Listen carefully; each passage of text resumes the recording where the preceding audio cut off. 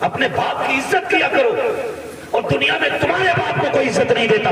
تم عزت دے کے بتاؤ کہ تو کسی کی نظر میں ذلیل ہوگا, لیکن میری نظر میں تیری عزت ایک بادشاہ سے زیادہ ہے.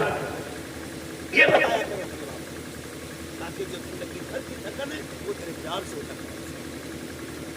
جو زندگی بھر کی اس نے تھکن اٹھائی ہے, کم سے کم وہ بڑھاپے میں آ کے تمہاری محبت کی وجہ سے اس کی تھکن اتر جائے. یہ کوشش کیا کر.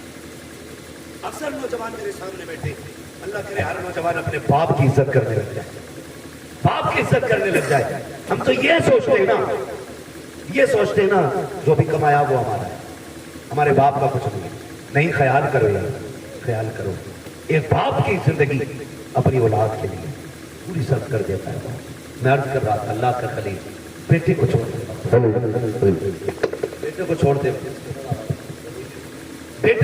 وقت اللہ کی خلیل رو دیے. تاریخ کا یہ بات بھی پڑھتے ہیں. توجہ ہے, لگے تو نہیں ہے, اگر نہیں جگے تو بولے ذرا یا رسول اللہ. ہمارے علی بھائی بتا رہے تھے کہ بڑے سست لوگ بیٹھے, اور نقیب صاحب بھی فرما رہے تھے ہلکے میں مت لینا. اللہ سلامت رکھے. میں آپ سے یہ بھی نہیں کہوں گا کہ آپ ہاتھ اٹھا کے سبحان اللہ کو یا اٹھ کے سبحان اللہ کو. میں کہتا ہوں جو میں بات کر رہا ہوں اسے دل پہ لکھ کے لے جائیں. اگر آج کے بعد ایک باپ کو بھی عزت مل گئی نا تو میں سمجھوں گا ہم سب کا یہاں آنا کامیاب ہو گیا, آپ کا بلانا کامیاب ہو گیا. بس یہی کوشش رہتی ہے. میری تقریر طبع یار کو بے چین کرتی ہے, سبب کیا ہے وہی کہتا ہوں جو دل پر گزرتی ہے. مجھے بہت دور سے بلایا ہے. میں بظاہر تو مراد آباد کا ہوں, اور لیکن پوچھا مفتی صاحب قبلہ سے, اپنے بھی گھر آنا پڑتا تو جہاز سے آنا. بنا فلائٹ کے اپنا گھر بھی میسر نہیں ہوتا ہے. اللہ نے یہ ڈیوٹی لگا رکھی ہے, جب تک وہ چاہے گا یہ نوکری انجام دیتے رہے گی. مگر آپ سے اتنی گزارش ہے, اتنی محنت سے ہمارے عرفان بھائی نے یہ محفل سجائی ہے, یہ کوششیں کی ہیں, آپ کے بیٹھنے کا انتظام کیا ہے, صرف اس لیے کیا تھا کہ ہماری بستی والوں تک دین کی کچھ باتیں پہنچ جائیں, دین کی کچھ باتیں پہنچ جائیں. اللہ کرے آج کے بعد کسی باپ کو عزت مل جائے, کوئی ماں مسکرانے لگ جائے. خدا کی قسم دل سمجھ لینا ان کا یہ جو ساری کوششیں کرنا ہے اللہ کی بارگاہ میں مقبول ہو گیا. اللہ کے خلیل تو چھوڑ کے آگے. حضرت حاجرہ نے بیٹے کو لیا, پلٹ کے اسی جگہ پہ آئے جہاں چھوڑ کے گئے تھے. پہلی شام آئی. جب شام آئی تو درندے جانور باہر نکل کے پہاڑیوں سے آئے, باہر نکل کے آئے پہاڑیوں سے اور چیخنے لگے. جب بولنے لگے حضرت حاجرہ کی گود میں حضرت اسماعیل ہے, آپ نے نا ایک خاردار لکڑی توڑی درخت سے, کسی پیڑ کی کوئی شاخ توڑی اور اس کو آسمان میں گھمایا. پھر آپ نے جانوروں کو مخاطب کر کے کہا, خبردار شرم نہیں آتی ہے, دیکھ نہیں رہے ہو کس پہ بھونک رہے ہو؟ میں ایک نبی کی ماں ہوں, ایک نبی کی بیوی ہوں. میری گود میں جو لال ہے کوئی عام بیٹا نہیں, میری گود میں رب کا اسماعیل لیٹا ہوا ہے, رب کا اسماعیل لیٹا ہوا ہے. کہا خبردار بھونکنے کی جرت نہ کرنا, ہم پہ بھونکنے کا مطلب ہے نبی کی عزت پہ بھونکنا. اللہ اتنا کہا سارے جانور پلٹ کے چلے, سارے چلے گئے. پھر وہ پانی, وہ کھجوریں, وہ ستو, کیا سب جو بھی دیا تھا کب تک چلتا, سارے ختم. جو بھی زیادہ رات جو بھی کھانے پینے کا سامان تھا ختم ہو گیا. لیکن ماں ہوتی. پھر وہ وقت بھی آیا کہ ماں کے سینے کا دودھ بھی خشک ہو گیا. پھر جب بیٹے نے سوکھی زبان ہونٹوں پہ پھیری تو ماں سے دیکھا نہ گیا. تاریخ گواہ ہے, حج کرنے کے لیے جاؤ, حکم ہوتا ہے صفا مروہ کی صحیح کرو. مالک یہ کیا ہے؟ کہا یہاں میری حاجرہ دوڑی تھی. پھر کیا کرنا ہے؟ کہ جب تک دوڑے گا نہیں تیرا حج پورا نہیں ہونا ہے, تجھے دوڑنا ضروری ہے. مالک کیوں دوڑایا گیا؟ کہ جب جب یہاں آ کے تم دوڑو گے نا تو تمہیں ماں اور بیٹے کی محبت کا احساس ہو جائے گا. ایک ماں نے بیٹے کی محبت میں کتنے چکر لگائے ہیں, 7 چکر لگائے. ماں تو ماں ہوتی ہے. بیٹے کو لٹایا زمین پہ, آپ نے ایک پتھر ادھر سے رکھا, ایک ادھر سے رکھا, ایک پتھر اوپر سے رکھا, 3 پتھروں سے بیٹے کا تھوڑا سا دھوپ کا سایہ کیا. اس کے بعد توڑ لگائی ہے پانی کی تلاش میں. آپ توڑ کر کے پہاڑ کے سرے پہ چڑھی ہے, چاروں طرف دیکھا پانی نظر نہیں آیا، پھر خیال آیا میرے بیٹے کو کوئی جانور نہ لے جائے، پھر پلٹ کے واپس آئی ہے، پھر بیٹے کی خشکی دیکھی ہے، پھر دوڑ لگائی ہے۔ بعض مورخین نے یہاں تک لکھا ہے کہ 7ویں چکر پہ حضرت حاجرہ گر جاتی ہے۔ اللہ اکبر، جب گری ہے ادھر حضرت اسماعیل نے ایڑیاں رگڑی ہیں، جب ایڑیاں رگڑی رب نے فرمایا جبریل جی رب جلیل جلدی کر دوڑ کے جا کر کے میرے اسماعیل کی ایڑیوں کی جگہ سے چشمہ جاری کر دے۔ تاریخ گواہ ہے حضرت حاجرہ نے خود کو سنبھالا اور دوڑ کر کے آئی، کیا دیکھتی ہے جہاں بیٹے کے پیر لگ رہے تھے وہاں سے پانی کا چشمہ جاری ہو گیا ہے، چشمہ جاری ہو گیا ہے۔ آج دعا کے لیے تم میاں کے چکر لگاتے ہو، خانقاہوں میں ڈوب جاتے ہو، جس سے دعا لینی تھی تم نے اس سے دعا نہیں دی۔ اگر تقدیر بگڑ رہی ہے، برکت رہی ہو رہی ہے، جا کے ماں سے دعا لے لے۔ خدا کی قسم جس کی کہیں نہیں سنی جاتی ہے اس کی ماں کی چوکھٹ کو سن لی جاتا ہے۔ نعرہ تکبیر، نعرہ رسالت، مسلک اعلی حضرت مفتی حماد رضا فرد آبادی سوی اختر رامپوری، نعرہ تکبیر۔ مفتی صاحب فرما رہے ہیں یہ لوگ سن رہے ہیں، تو میں تو یہ سمجھتا ہوں کہ اگر دل حضور سے لگ جائے تو پھر محفلوں سے لوگ اٹھا نہیں کرتے۔ ہاں، اور اگر محفل میں دل لگنے لگ جائے تو سمجھیں کہ حضور کی نظر کرم ہو گئی ہے، حضور کی نظر کرم ہو گئی ہے، حضور آپ کی طرف نظر کرم فرما چکے ہیں۔ بس میں آپ سے اتنی گزارش کروں گا، فرمایا گا یا ایھا الذین آمنوا ادخلوا فی السلم کافہ، اے ایمان والو پورے اسلام میں داخل ہو جاؤ، پورے داخل ہو جاؤ۔ اللہ توفیق